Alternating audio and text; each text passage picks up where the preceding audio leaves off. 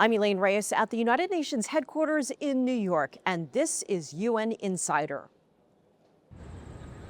Coming up. My message to the warring partners is clear. Stop the fighting. Stop the bombing. There is no military solution. The UN calls for peace as fighting claims more lives in a widening Middle East conflict. Thousands remain trapped in areas controlled by gangs or along shifting front lines. Young people in these communities live under constant threat. Concerns over security in Haiti as the country begins to take steps toward new elections. We are rolling up our sleeves for impact. Impact for rights, impact for empowerment, impact for justice, and impact for equality. Pushing for justice and gender equality. A conversation on the status of women around the world. Next.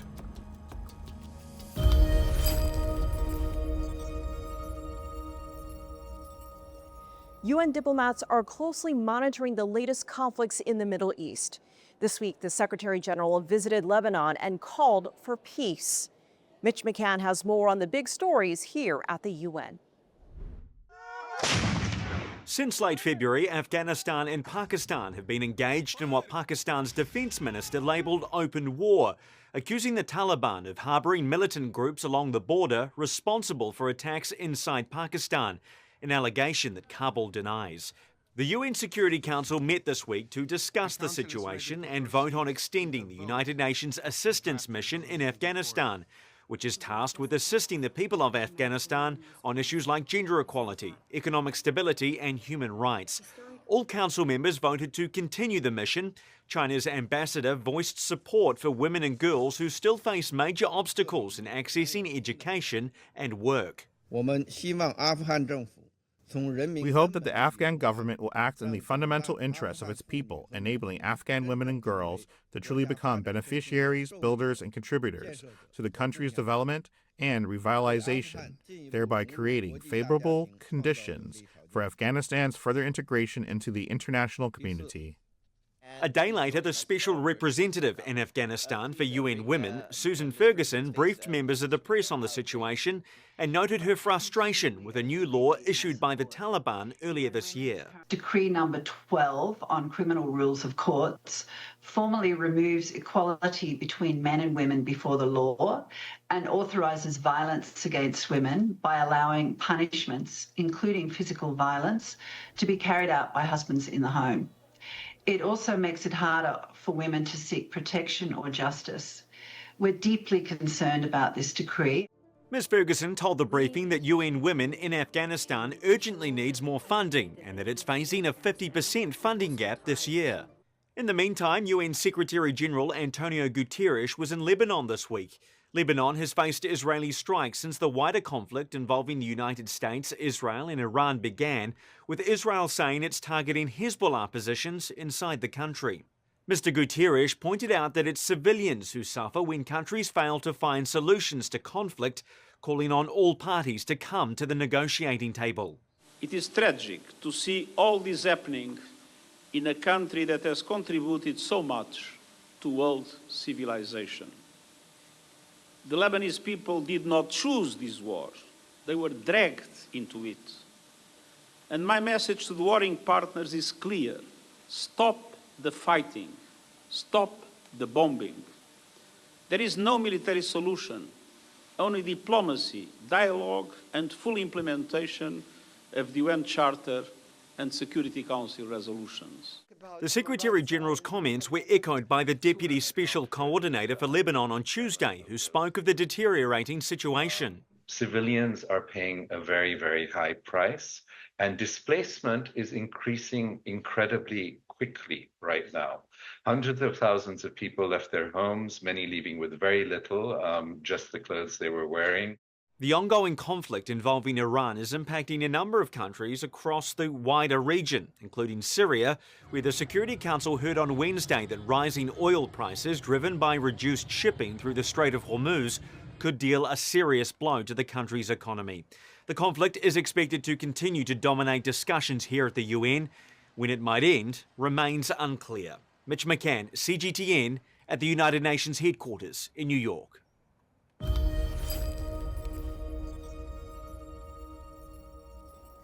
Haiti is taking steps toward holding its first election in more than a decade.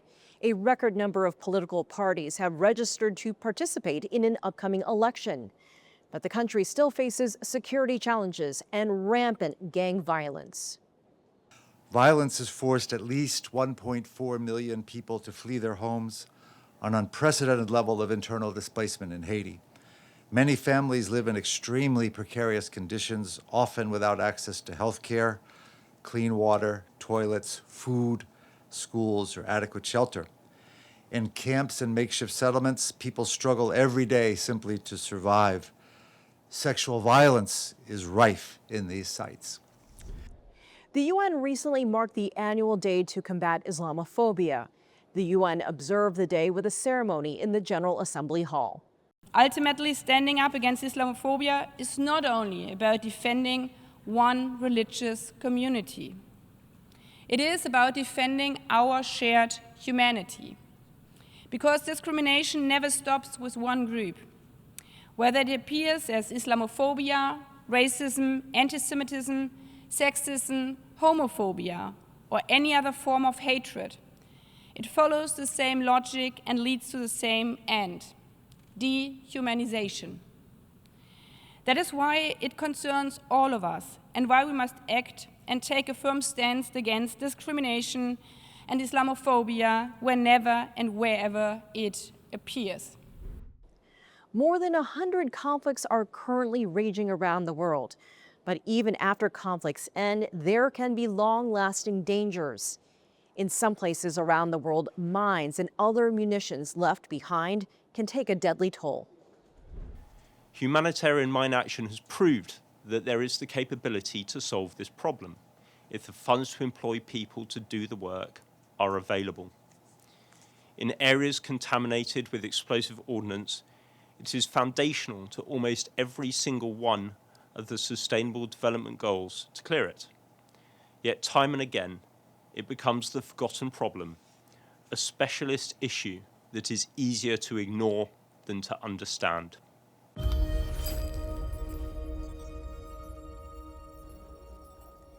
Let's take a look at some of the other issues on the UN's agenda. The Israeli government has accelerated unlawful settlement expansion and annexation of large parts of the occupied West Bank, including East Jerusalem, forcibly displacing over 36,000 Palestinians amid increasing violence by Israeli security forces and settlers. A new report from the UN Human Rights Office shows settlement activity and related violence are on the rise in the West Bank. The UN has called on Israel to stop settlement expansion in Palestinian territory. Malnutrition and other preventable factors are taking a deadly toll on children.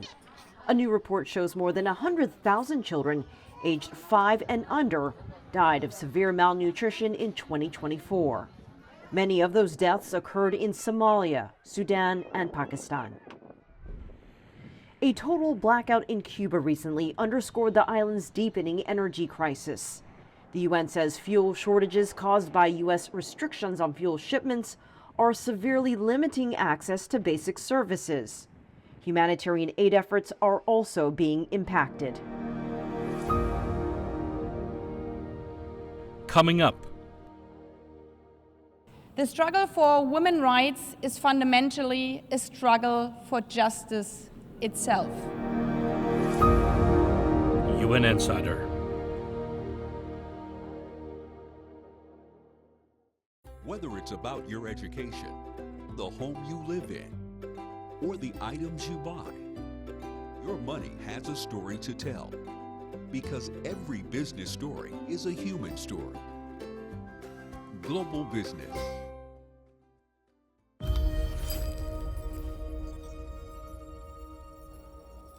Over the past 2 weeks, women from all around the world have gathered at the UN for the 70th session of the Commission on the Status of Women.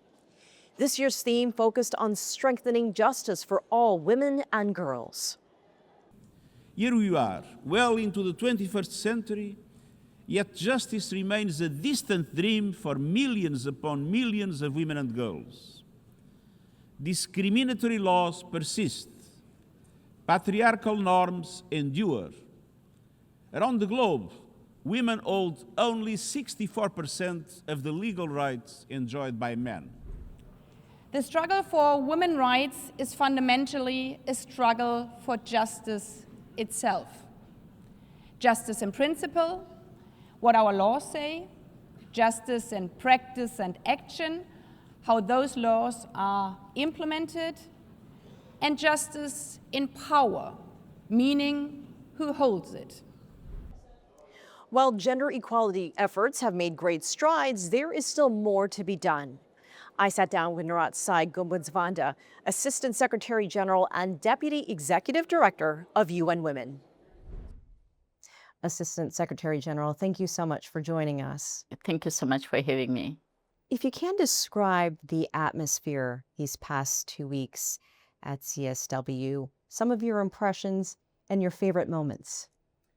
The 70th session of the Commission on the Status of Women was focusing on access to justice and addressing the discriminatory laws or practices that limit opportunities for women. So for the 2 weeks, there were such a deep commitment from the discussions by governments on what they are doing, the challenges they are facing, the solutions that have been there, but also sitting with the women around the world. I met with the Sudanese women and women across the regions. Was also a sense that we must protect the gains that have been made since the Beijing conference, especially when we are facing such heavy pressure on in some of the regressions that we are seeing on the commitments that have been made before. So the commitment was very much there. The reality, also in the context of the reality today, whether it's the reality of poverty or the reality of limited access to services or the reality of conflict. So it was a very honest discussion, but an honest discussion in a context for us as UN Women, really emphasizing where we need to prioritize our efforts with member states and with communities. Speaking of conflict, one of the theme this year is justice and advancing justice. What is being done to advance justice and access for women and girls? From the UN side, on the work that we do, UN Women is a very strong program on ending violence against women, which is a priority in the Beijing Platform for Action. And the issues around justice that are coming through in our work and in the discussions here is, first, we must prevent. Prevention is critical. And in the prevention, it has to be both about the laws, the institutions, and also the services that are available. And in the context of conflict as well, that it's very important that we must address the issue of impunity. It's very important that there are also ways to investigate, to document, and also to have solutions. The issues of violence against women in conflict must really be also part and parcel of the discussions of women in crisis countries on the peace negotiations, so that it's not a by the way, but it's really central to the discussion. I think on the issue of justice again and looking at crisis was, and still is a perspective on how conflict is not just the absence of war. It's at times the tensions within societies, and at times is the violence that women are experiencing, or at times some of the forgotten instances or situations that we have, with a very deep, painful reminder to ourselves on the situation of women in Afghanistan and the critical issues of women in Somalia. And we also reminded, meeting with the delegations and others from Haiti, and each one of them painted for us a very important dimension of what justice means for them. when faced with gang violence, when faced with criminality, when faced with exclusion from going around normal business, normal life experiences as a woman. So the notion of what justice is, it was clear that it's more than just the courtrooms. It's much more. You mentioned reality and the ever-changing daily realities around the world. CSW was happening right around the time that a girls' school in Iran was hit and many young girls were killed. What were the conversations happening at the UN? What went through your mind, your thoughts when you heard that news? We're shocked. We're shocked that civilian spaces where our children are playing, learning, and trying to build their lives becomes a target. The whole UN, the Secretary General spoke on this incident, and equally as UN women, we can imagine that mother who was expecting her little boy, her little girl to come from school and just to hear the news, to come say, come bury your little one. So it's shocking. We continue to ask that the international rules and law must be respected in ways that limit. When we talk about collateral damage, we're actually talking of death of civilians. So at the end of it, it's really about stopping all the wars. We need ceasefires because de-escalation simply means reducing the weight of the war. But what the women around the world are asking for is really ending hostilities, real ceasefire, stopping the wars, because war in and by itself is an injustice. So just seeing the killing of the kids was a reminder to ourselves that member states needs really to step up the efforts to find peace in this world. So what are some of the obstacles for women and girls in conflict? The first obstacle is just the war itself destroys the infrastructure for justice. When there is war, it means the courts are not functioning, it means people are displaced. So just the infrastructure for accessing to justice is limited. When there is war, it means there is hardening of positions. And that in itself limits the possibility of access to justice. And of course, there are the practical issues of cost, and there are also a range of issues of which women are affected in which way. Older women, at this CSW, we had a ministerial roundtable focusing on older women. There was a discussion on what happens to older women in conflict. And in post-conflict, some lose their properties, lose all their documents, are unable to even retrieve them, and then they end up in destitution, even if they'd worked all their lives. Justice for girls, justice for young women who are raped, who are abused, who are exploited, who are trafficked, who are conscripted. Young people face different kind of violations. And these are some of the critical issues that we need to address in a way that also recognizes that at times, in situations of war, the perpetrator might be from another jurisdiction. So even if the perpetrator is named, but the jurisdiction for trying that person who has committed an atrocity, it becomes very complicated for that poor, ordinary woman or girl for them to be able to trace justice. So ultimately, what is very much clear from CSW is that violations are preventable. These are man-made. These are not natural disasters.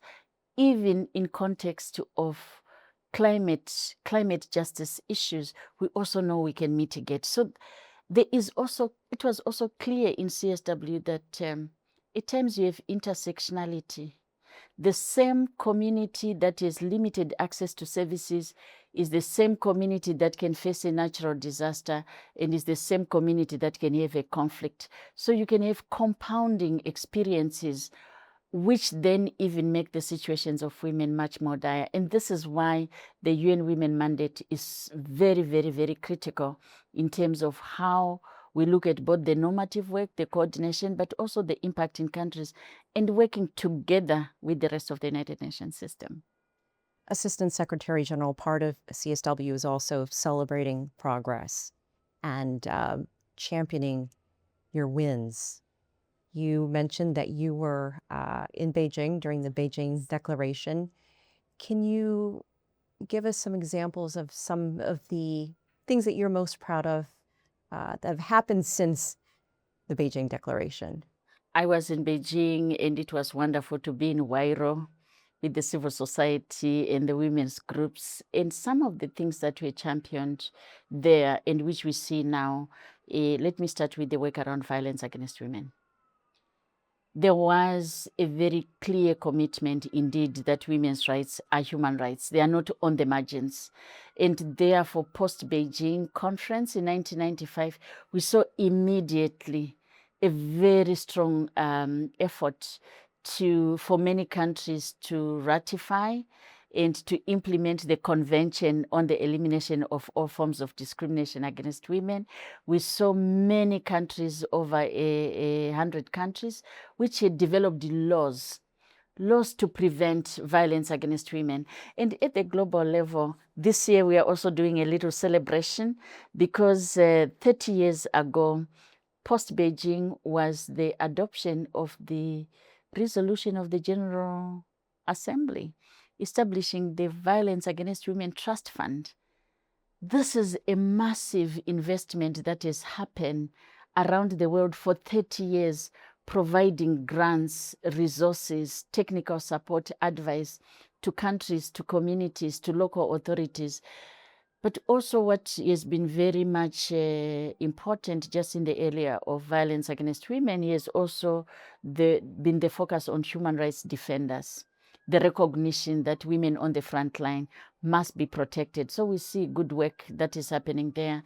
We're also seeing post-Beijing economic justice, a very clear commitment that unless we address the issues of economic justice, women being able to own, control, and over land, over assets, and have access to capital, will continue to have a disempowerment of women. And also, economic justice has evolved to recognize the issue of care. Many countries have now care systems, care policies, and we saw the UN ECOSOC, the Economic and Social Council, adopt a care policy to guide the rest of the world. These are issues which 30 years ago we did not have a strong discussion on, but also the issue of justice has been about the right to be and the right to have a voice and the right to the possibility of being in decision making. And for this very significant work, we also see how some of the barriers on women's participation in decision making, technology facilitated violence that we see, but this is also an area where we've seen some progress. Of course, we only have 28 countries headed by women. And of course, as our executive director said today, we still need to have a day we wake up and we have the UN being headed by a female secretary general, even when we have still some gaps and ways to go, but we also see the progress that is there. And progress builds confidence on access to justice. And this for us is so important because then it gives motivation, it gives encouragement, but ultimately it's also understanding that whilst statistics speak to the collective, data speak to the average. But for that woman, for that girl in her community experiencing exclusion, violations, abuse now, the big numbers don't matter. So we need, and we as UN Women, with our new approach from this year to 2029, 2030, we're saying we are rolling up our sleeves for impact for rights, impact for empowerment, impact for justice, and impact for equality. Assistant Secretary Gumbenzwada, thank you for joining us. Thank you. Thank you so much. Thank you. We appreciate it.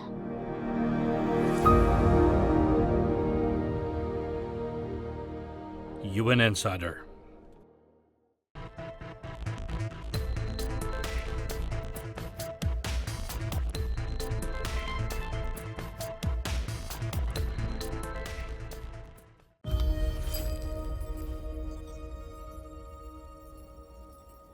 Plastic pollution is one of the biggest global environmental challenges.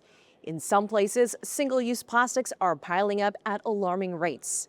Even small countries can have an outsized impact on global pollution.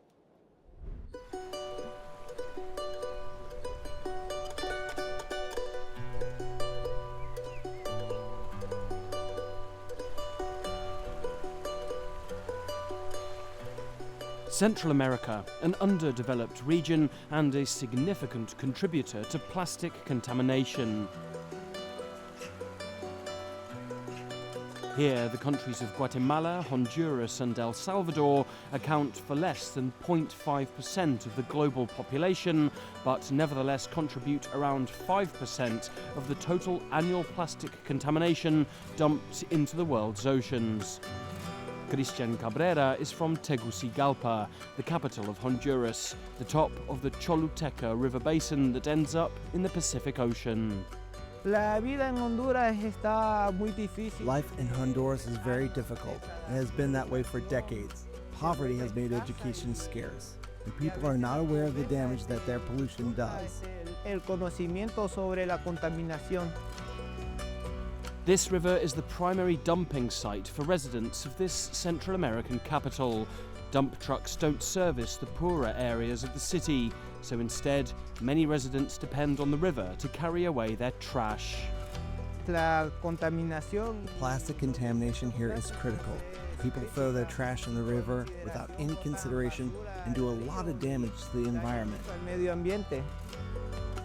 A river basin home to more than 10 million people, the effects of plastic contamination are clear. It smells of fecal matter, of rotten trash, of sewage. All particles which damage our health. People here drink from the river, and that makes them sick. It can cause diarrhea, terrible fevers, any number of illnesses.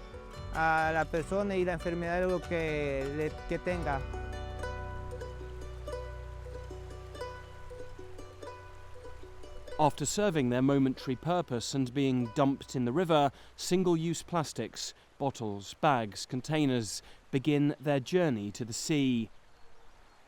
On the outskirts of Guatemala City, the river is already heavily contaminated. Maria Sipak lives on the banks of the stream. The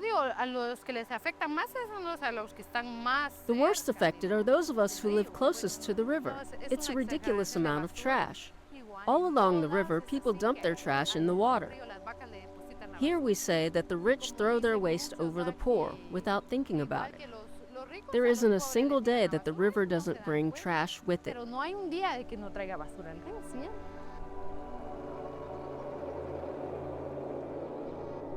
When it comes to solutions, it's a slow process.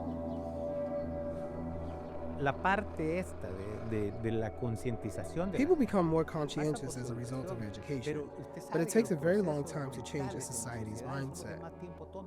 We need to find real, fast, and practical solutions, which are sustainable and long-lasting and environmentally friendly.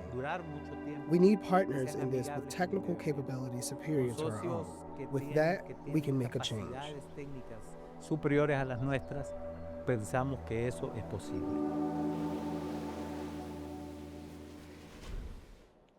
I'm Elaine Reyes at UN headquarters in New York. Thanks for being a UN Insider.